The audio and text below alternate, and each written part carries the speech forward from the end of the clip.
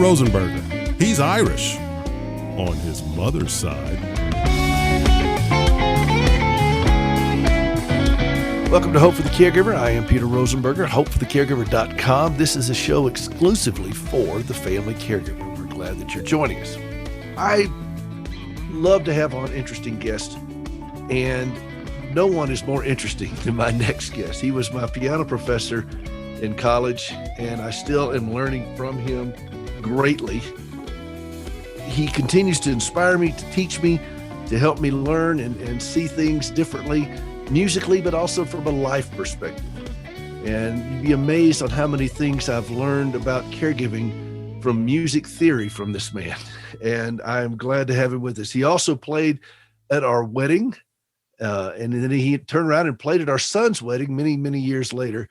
And it was just such a treat to have him there. This is John Arnn. He is a retired professor from Belmont University in Nashville, Tennessee, and a great swing player, bebop player, loves the Great American Songbook, and also continues to push himself to create, to write, to arrange, whether it's hymns or great songs for choirs, original scores, and he's now working on his second novel.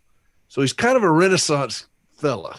And it really makes me mad because I could barely do one thing and he's doing several, but I'm glad to have him here. John, so welcome to the show. Well, good to see you, Peter. And hello, Gracie. She said, look, if you want me to join you on camera, you have to start doing these things later in the afternoon. Okay. And I thought, okay, well, we'll do the best we can, Gracie. That's All right. fine. The reason I'm having you on today, and those who have listened to the show for some time will know these things, but I consistently reference music because that's been a big part of my life. I've been a musician longer than I've been a caregiver, and that's saying something.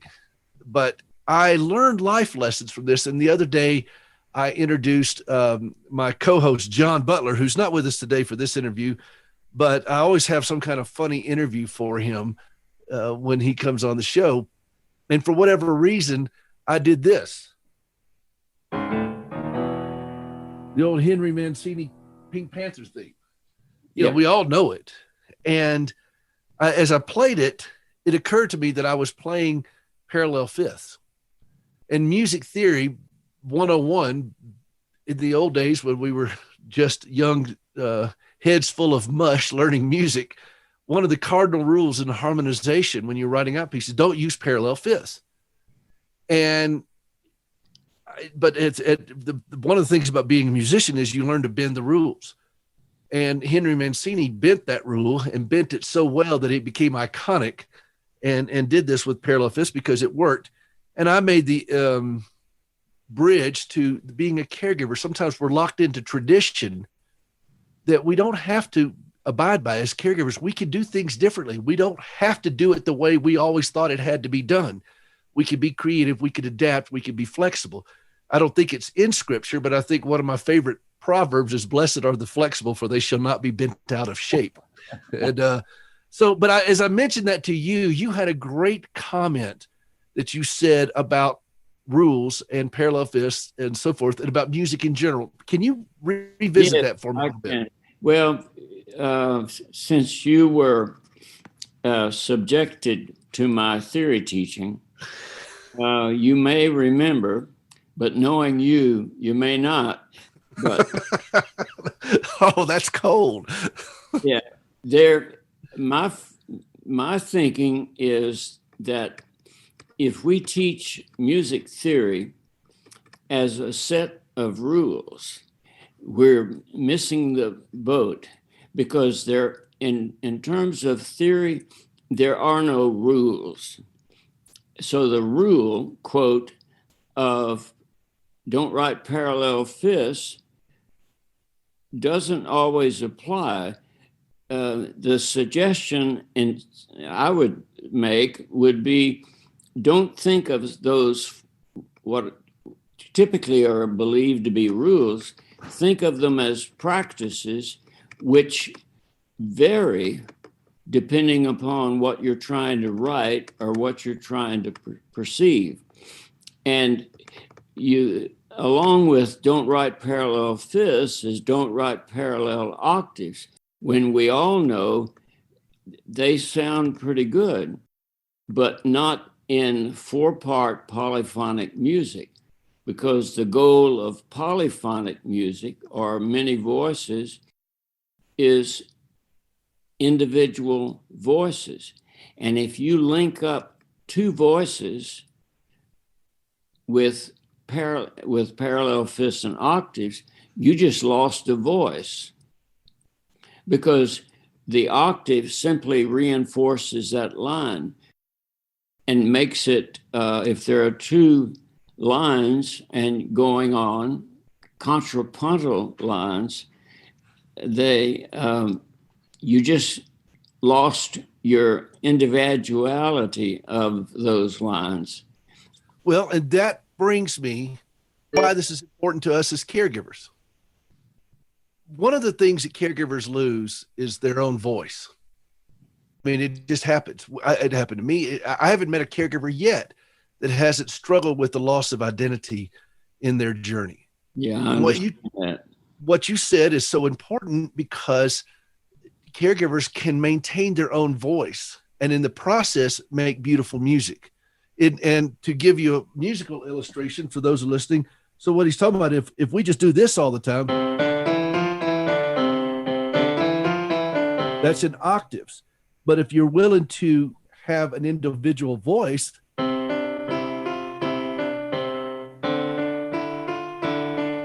and you have different voices in play, all of a sudden music is made right in front of you. And this is what happens in our relationships and our journey as caregivers, is that we're trying so hard to emulate someone else and do exactly what they did, but we lose our individuality in the process, and we miss the opportunity to make beautiful music, even while dealing with very harsh circumstances. This happened to me repeatedly.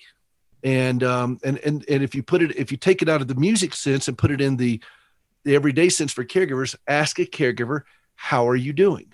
And the caregiver will invariably respond in first person plural or third person singular. Well, we had a bad night, or she's not doing real well, or our situation. But when you ask a caregiver, how are you doing specifically, that's when a different tone will come out.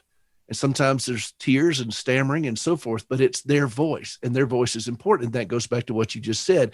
We don't want to lose that individuality. We want to keep it so we have the beautiful music. So that's my bridge to from music theory to caregiving. Yeah, and I'm not near, or I wasn't near the caregiver that you have had to become and do so well.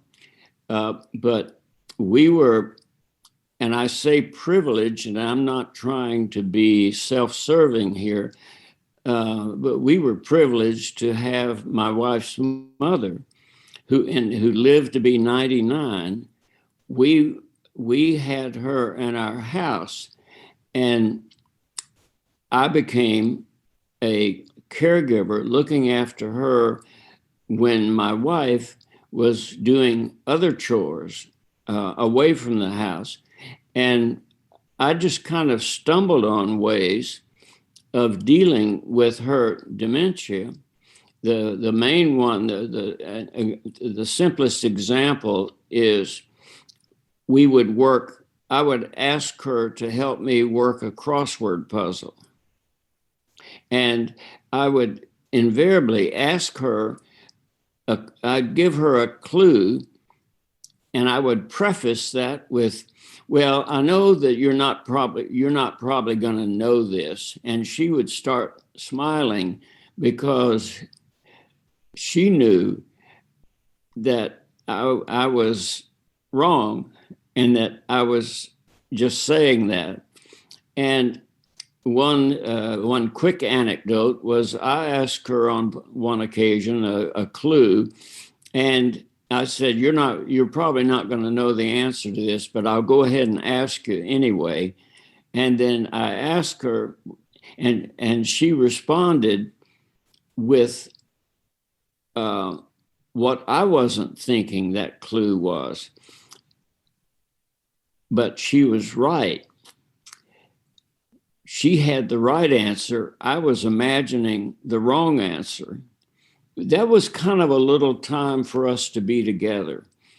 And I realized who she was at that point, and it didn't matter what she thought I was at that point. We just had that time, and I figured that was, a lot of sons-in-law might not be willing to make that, but I thought that, just like you, that's my job right now.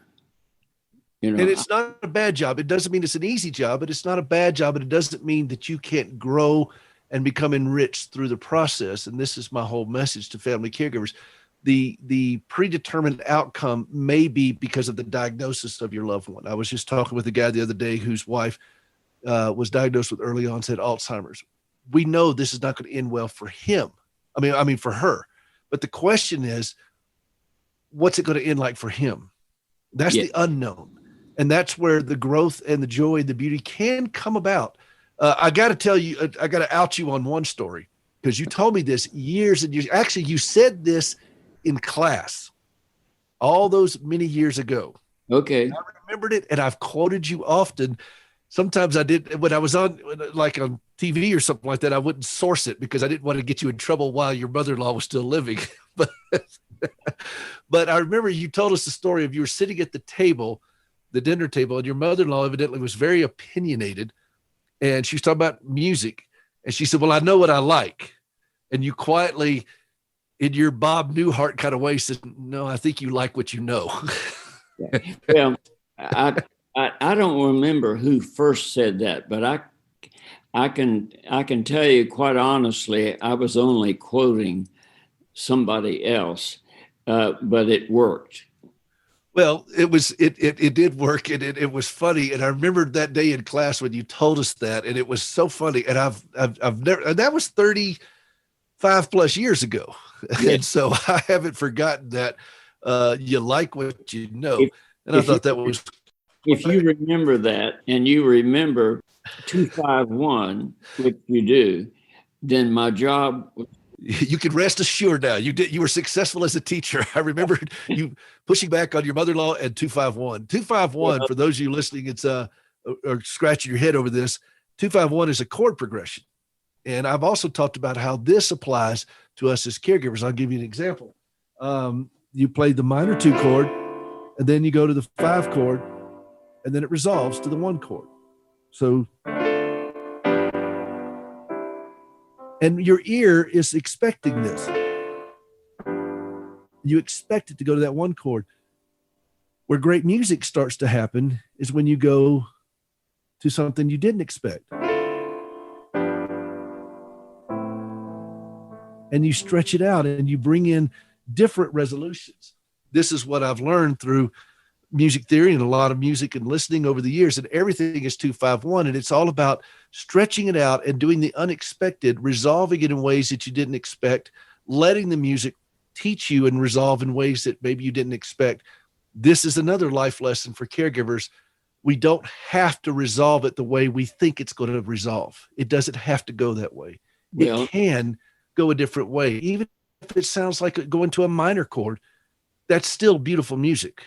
And if we can condition our hearts a little bit to be comfortable with something different, we don't lock ourselves into this rigidity of things. We can expand it, and we can see texture and color in ways that we didn't know. And that brings me to something I wanted just to spend a little time with you on. You have arranged untold amount of hymns. You and I both share a great affinity for the hymns. I remember when I was in my first year class with you, and I went home to our church in South Carolina, where my dad pastored, and I was at the piano in the church there, and I opened up the piano seat, and there was one of your books of hymn arrangements. Really? That the pianist at our church had purchased and was learning. And I said, "That's my teacher." And she was so impressed and overwhelmed. And I said, that's my teacher. You're using one of his books. And you've arranged who knows how many hymns over the years. And when you approach a hymn to arrange a hymn, and I love the hymns, I truly love them. I think it's a treasure trove of wonderful things that we have. And sadly, all too many churches have gotten away from them. But what goes through your mind? What do you want to say musically when you approach a hymn? What goes through your mind? First of all, and primary, I pay attention to the text and try my best ability to react to that text, because I've been involved in music so long that part of it I would not even call art. I would call it craft. I know how to get from here to there. And if I think I'm on my way to this, it doesn't have to be that way. But I'll give you an example. Let's take the hymn. Well, to answer your question, I pay attention to the text, and then I start thinking, what do I know musically that can amplify that text or color that text? Or in the example I'm about to give you is give us another way to think about that. And if we have time for just a one line, you know the hymn, Shall We Gather at the River, which everybody knows. Okay, now. By the way, we have all the time you need, okay? Okay, my thinking is that the words of the text, shall we gather at the river? And then I try in my limited way to understand what that lyric is really saying and the poetic aspect of it. For example, is the songwriter saying we're going to gather at literally a river? Well, that's cute and all that, but I kind of lean towards what's he talking about when, and I don't think it was Fanny Crosby, so I'm using the masculine here.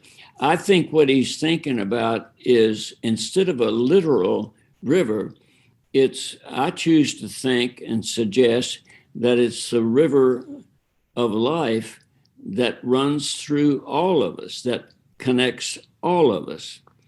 And so when I set that hymn, the chord progression that you just played is what, as a matter of fact, for that whole phrase, shall we gather at the river, is typically played with one chord. Well,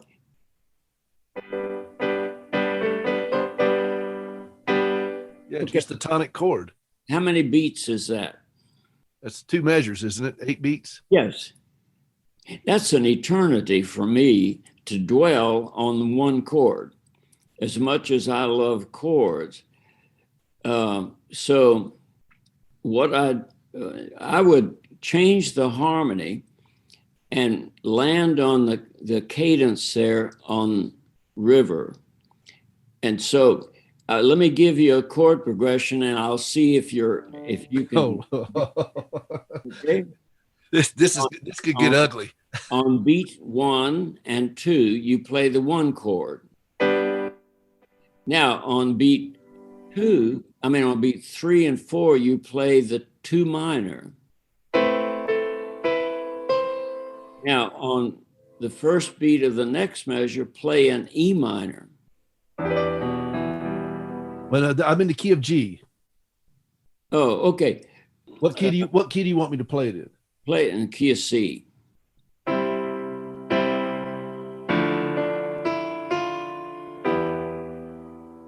Okay.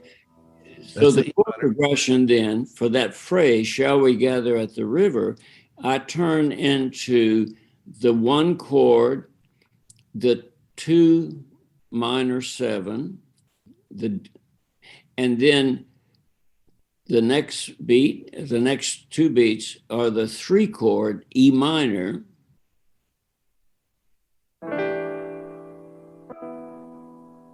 Okay, now at the same corresponding part, the original progression would notably go back to the 1 chord, but I choose to replace the 1 chord with the 6th chord, which is a minor chord.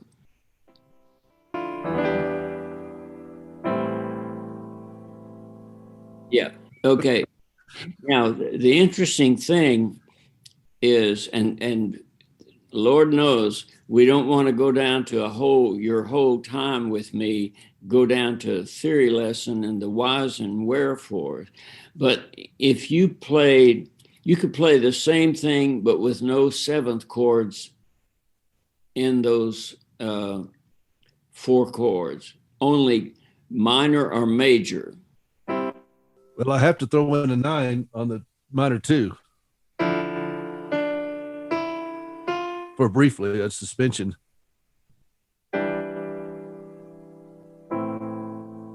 Yes. Now play me just the A minor chord, not the 7th chord.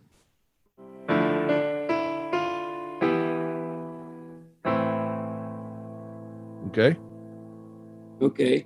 Now that minor, and of course, this is another unfortunate thing that we always assume that minor is sad and major is happy. But the minute you put that 7th in that A minor chord, you get, for me, for my ears, I get the feeling of a sort of peacefulness or warm. Warmth. That's what I was going to say, a warmth, a nice warm blanket. More warm. And so if it's warm, it feels good. And you know that from living where you're living and coming back into a roaring fire. But that warmth corresponds to, for my way of thinking, into shall we gather at the river. Now, the minor gives that kind of a mystery, and it is a mystery, but it's also a pleasant feeling.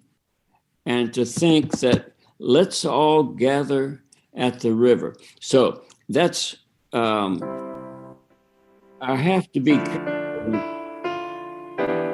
Now I threw in the 7th there. Yeah. And I threw in the 9th on here. Yes.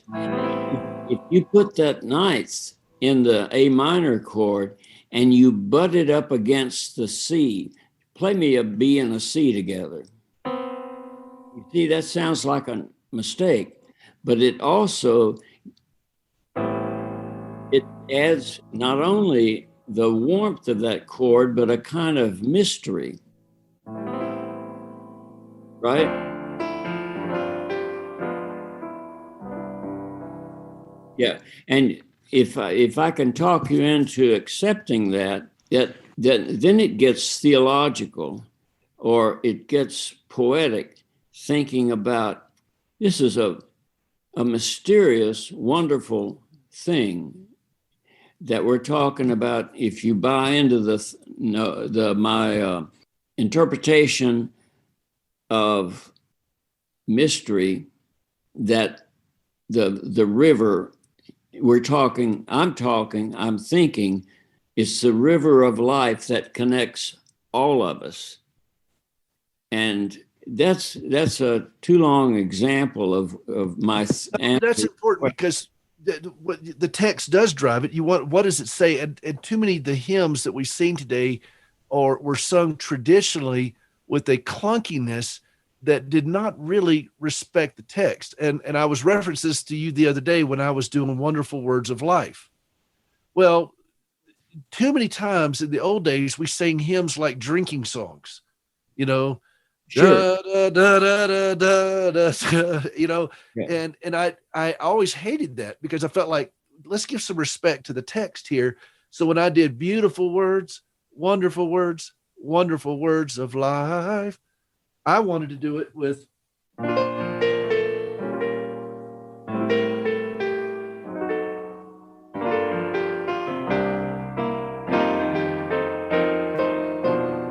beautiful words, wonderful. And if they're beautiful words and wonderful words, it seems like the music would need to complement that.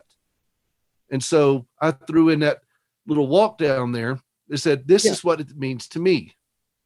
Well, and to switch hymns on you, if I read to you the lyric, I was sinking deep in sin, far from the peaceful shore. Now, how is that set? It's set, I was sinking deep in sin. Yeah.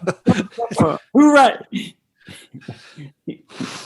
Well, the reason that's what so many of these things were arranged like, and you're the one that taught me to go back and let's look at this differently. It turned out to be more of a life lesson than I realized. Hey, let's look at this differently.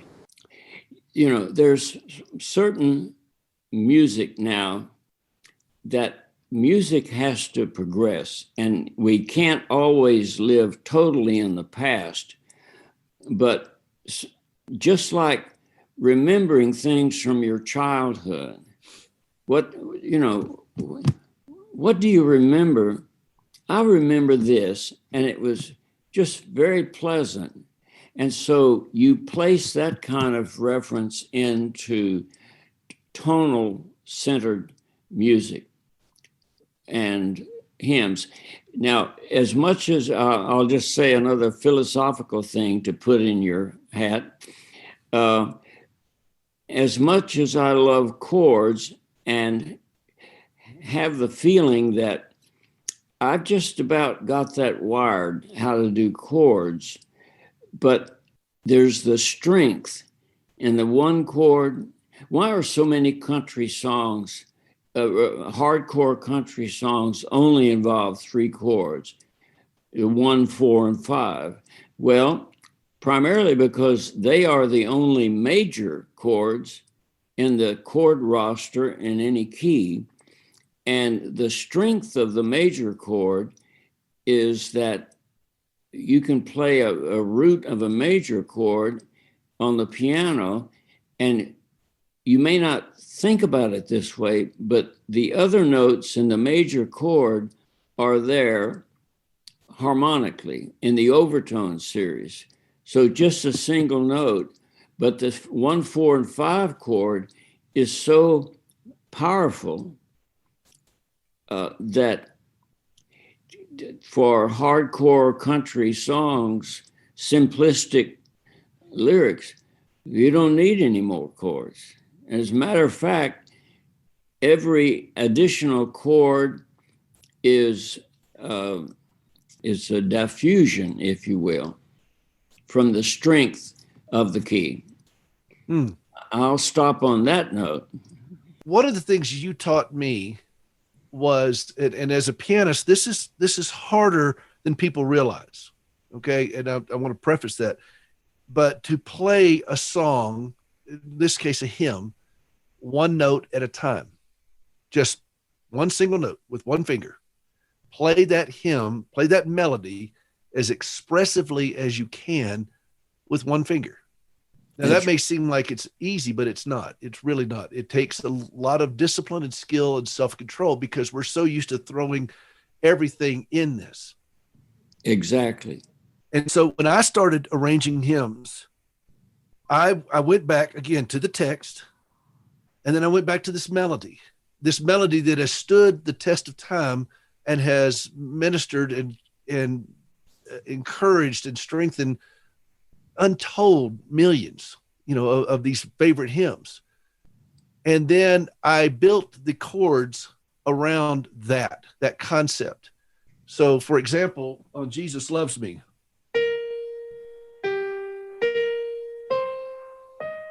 just a beautiful melody we all know. But then when I added to it,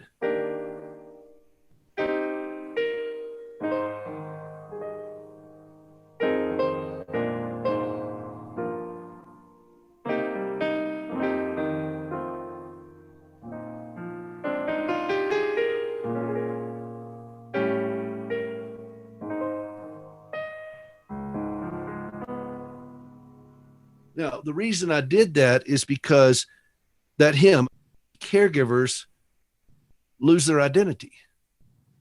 And we're so busy trying to get our loved one to God.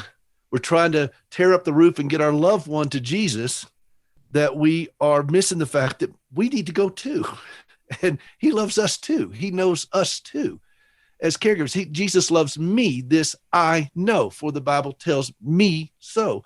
It's a very individual, personal song. And so what I wanted to do was take that very simple melody and make it in a way that caregivers can remember the first time they heard it, the feelings they got when they heard it, but then now hear it in a different light and say, oh, this means something to me, without destroying the integrity of the song. And there was a point where early on I was trying to throw in everything I could into the arrangement to say, hey, look what I could do. Yeah. But wisdom along the way musically says, hey, look what I can get out of the way of, look what I can avoid doing. Yes.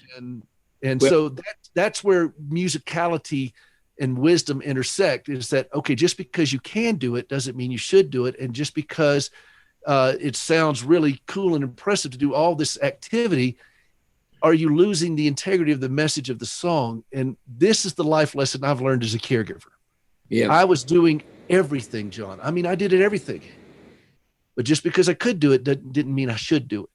And I had to pull back and say, okay, where's the integrity of the journey for me as a caregiver? When I care for Gracie and so forth, what is the core mission? Where's the melody? Where's my melody? And then I started building everything around that. And it was truly a life-changing moment for me. Now I know that's for some people look at me and say, Peter, you are really getting way into this theory. This is how I've learned to approach it. This is what has worked for me. And it's been a huge teaching moment for me, both musically and as a caregiver, and then into other things in life. I don't have to go and do, musical gymnastics to show you how good I can play the piano. I can go back to the integrity of the song and say, hey, listen to the message of this song. It's a good song and it's worthy of your time. And I'm going to get out of the way as much as I can and only accent, hopefully, the things that are going to touch your heart. That's the way I've approached arrangement. That's what I learned from you. Well, I have my wife and I are both teachers, piano teachers, and she has a young student who wanted to learn something about jazz. And so I'm teaching him 30 minutes of their lesson.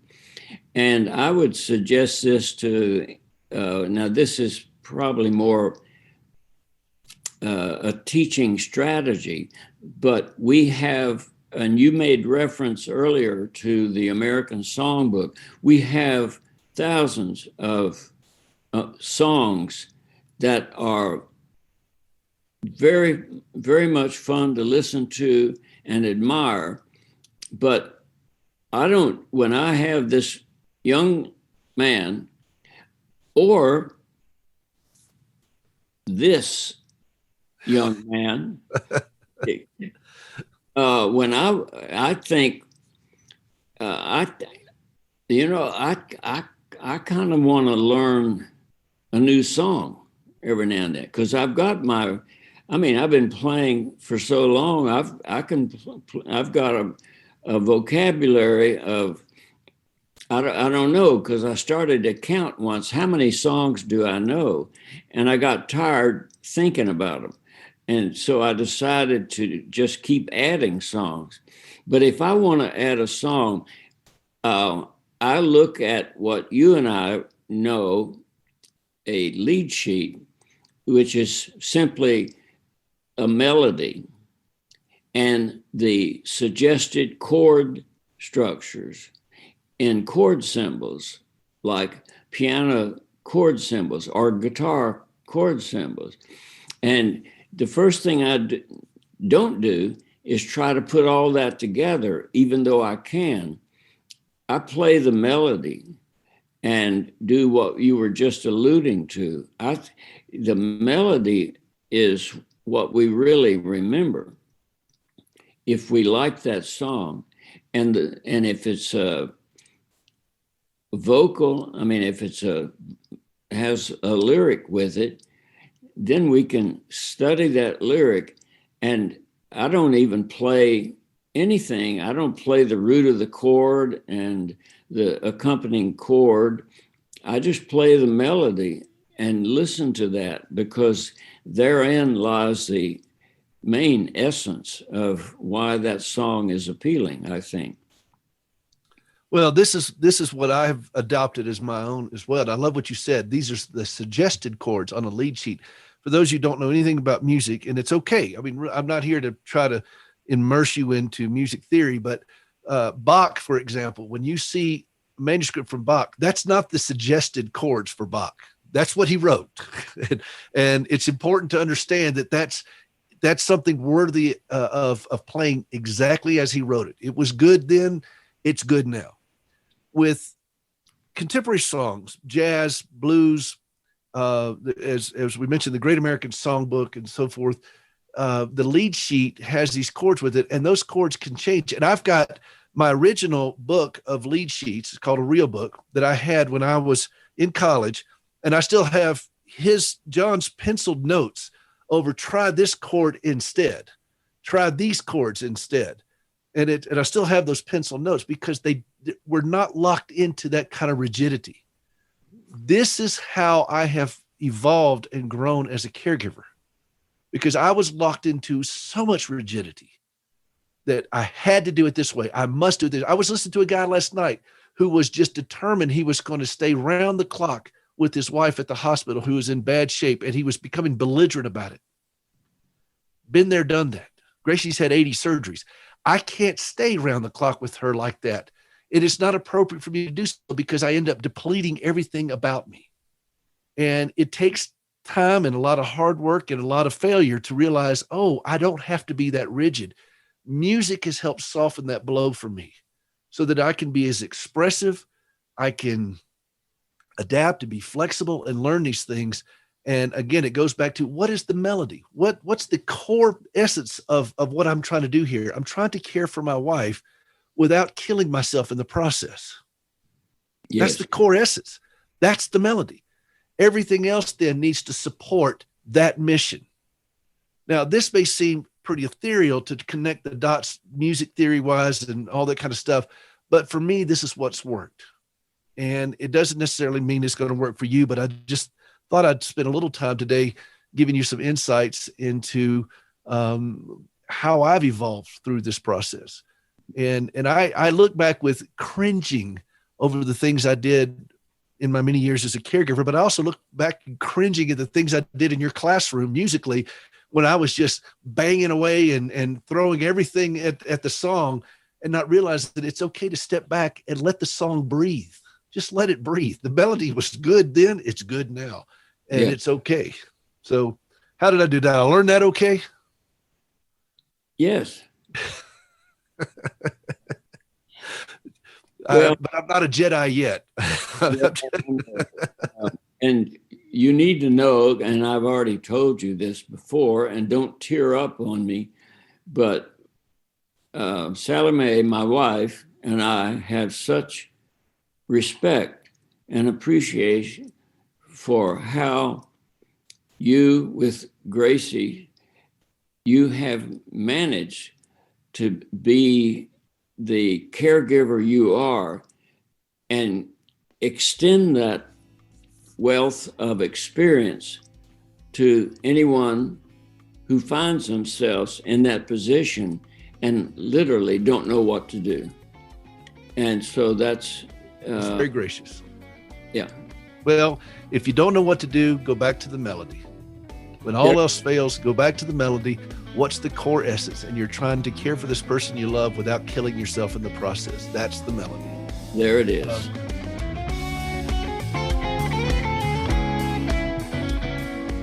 24/7 emergency support, increasing safety, reducing isolation. These things are more important than ever as we deal with the challenges of COVID-19. How about your vulnerable loved ones? We can't always check on them or be there in ways we'd like. That's why there's Constant Companion, seamlessly weaving technology and personal attention to help push back against the isolation. while addressing the critical safety issues of our vulnerable loved ones and their caregivers. Constant Companion is the solution for families today. Staying connected, staying safe. It's smart, easy, and incredibly affordable. Go to www.mycompanion247.com today. That's mycompanion247.com. Connection and independence for you and those you care about. mycompanion247.com.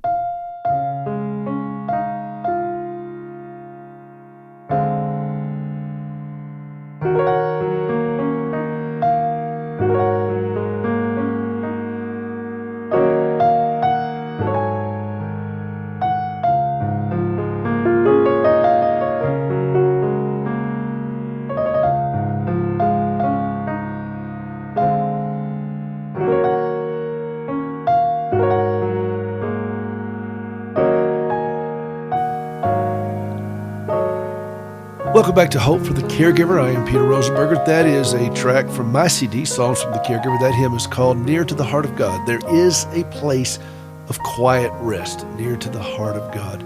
I did this CD specifically for my fellow caregivers, just to have something just to calm your soul down, to listen to. Gracie sings a couple of songs on there, but most of it's just instrumentals and a way of just hopefully providing a peaceful place for you and a meaningful musical experience. And I learned how to do these hymns, these arrangements, and to treat these hymns from the man I'm interviewing today, John Arnn, my piano professor from way back when in the 80s at Belmont University. So I'm glad to have him here with us. All right, I want to pivot in the last few minutes. You've written one novel.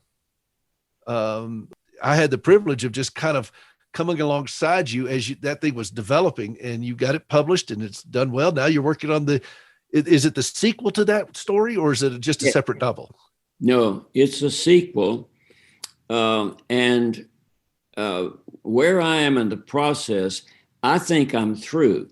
But before I turn it over to a formatter, I have this lady who is just incredible at editing, and she catches everything. And I think I will go to my grave not truly understanding the comma. But anyhow, That's great. Jahiwa was in the neighborhood of 30,000 words. So what we're doing now here, we will take a couple of chapters, and I have Sally Mae, my wife, read aloud to me, and then she catches things like, well, when did he know this? It sounds like he already knows this, but when did he, this kind of thing. I could never do that with Gracie. I could never have Gracie read my stuff. Still to this day, it just descends into madness. I can never do that. It's I've said this to Sally Mae, but it's difficult when you allow someone to read that. She reads an incredible amount, and she loves mysteries, and that's what this is. And so it is difficult for her to not add things in, like, well, I think he would say this at this point. Then I have to realize that I've asked her for her opinion, but I have to evaluate her concept of what the conversation is and what I think the conversation is, and why her concept might be better. If it is, I'll take advantage of it. I'm no fool, because I trust there. But I just crossed over 47,200 plus words, and we're only halfway through the final reading of that. Oh my. And well, let me, with your permission, you're not in your 40s. You are now 80 years old. 81. 81. You're writing your second novel. You're still arranging, doing music, writing, composing, all these things. How important is that to you to keep your mind engaged like this? Short answer, I'm not sure.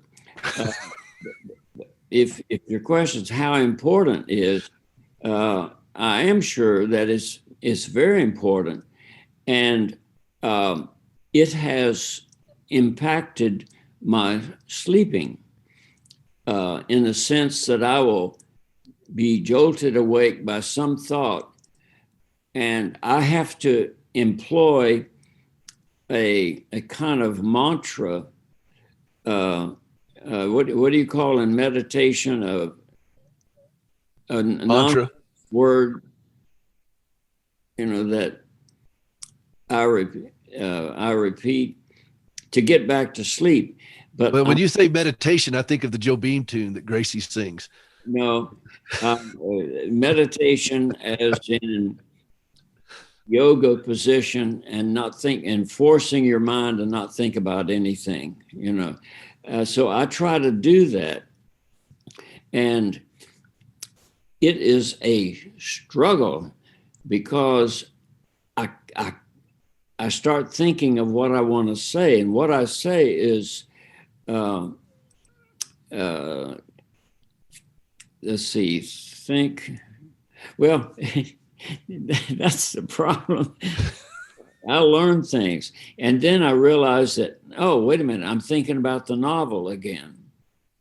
I don't want to do that. It's 3:00 in the morning. I'm not going to get up out of bed and write down some clever anecdote to use in the novel.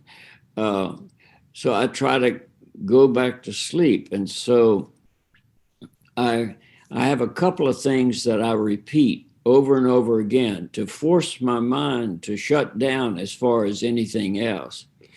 But I've come up with some pretty good stuff at 2:00 in the morning and been able to remember it. You're alluding to the fact that despite my youthful appearance, I am 81, but my mind, I have the typical older age ability to not think, can't remember some things, but I can, at that time, I will remind myself of what I was thinking and take care of it in the morning, Well, and I look at the way as our society ages, and I cannot stress enough the importance of working that muscle in our mind, and music and writing and things like that are an important part of how I do it. And it sounds like, again, I learned from you and I've watched you, and I don't think that I was watching our dear friend Bill Purcell, who was my advisor in college, and amazing composer who recently passed away. And I got to talk to him on his 94th birthday. Yeah. And I saw a video that his daughter posted 2 weeks before he died. And sadly, he contracted the COVID virus. It went down very fast. And he was playing at a party. And it was extraordinary what he was doing at 94. Exactly. And I thought, wow, if I can do a fraction of that at 94, then I have done something really amazing. And so I pushed myself, to constantly learn, constantly keep my mind sharp. I think this is what happens with us as caregivers. We have so much information flowing at us, but are we working muscles to increase our abilities to process, or at least maintain our ability to process? Yeah. And music has been a big part of that for me, and writing as well. And again, I'm learning from you on it, and I just appreciate all that you've taught me, and I thank you for this time that we could just hang out and talk a little bit about music theory, a little bit about caregiving, a little bit about life. And when your book comes out, I want to make sure we push it, because you're a good writer. You're a wonderful fiction writer as well as a wonderful composer. So that's very kind of you. I will tell you one, this is more personal between me and you. You mentioned Bill Purcell. I had such an admiration for, and I lost another friend who I'm sure you know, within the last month to COVID, and that was Jeff Lisenby. I don't know if you'd heard that. I've heard of it, but I didn't know him very well. Okay, well, he would live to the ripe old age of 65 and got the virus. And so all of us are facing something that will end our life on here. And I think the best thing we can do is just do the best we can and try to be good, try to be like Jesus, try to take care of people, try to, even if we don't like somebody, that doesn't mean we can't love them. I've been told by another good friend.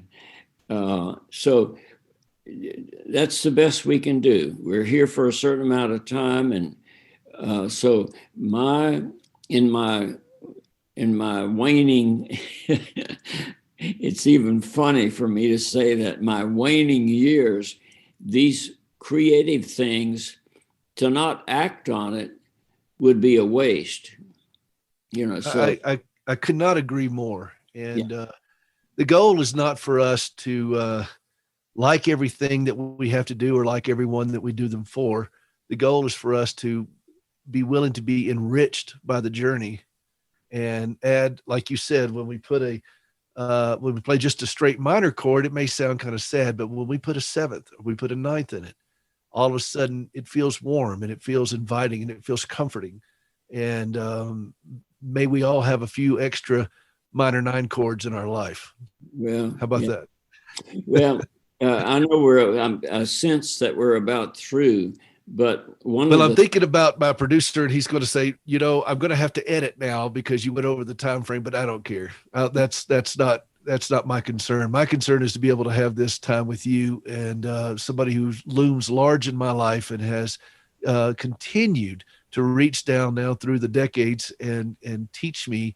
When I sit down at the piano and play, and I see the reaction that people have to my music, I have to remember my times with you and the way you taught me to play that melody, to think about the text. What am I trying to accomplish here? It's not to impress the audience; it's to move the audience, and that's a great life lesson. So thank you for that. Your producer will do this even without my invitation, but my life is a constant edit, so he can make judicious cuts in my contribution to this conversation. But thank you for even offering this. Well, no, this is my treat. I'll get Gracie on here with us one day. Maybe we can do some music, the three of us here. But this is my professor. I wouldn't say my former professor because he's still my professor, John Arnn, from Belmont University in Nashville, Tennessee.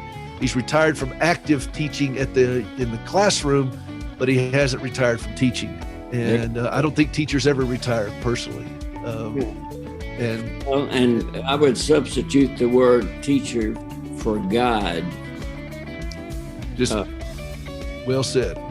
Well said. There you go. We got to go. This is Hope for the Caregiver. I'm Peter Rosenberg. Go to hopeforthecaregiver.com for more. We hope this has been a meaningful time for you. And I want to again thank my special guest, John Arnn. We'll see you next time. Great.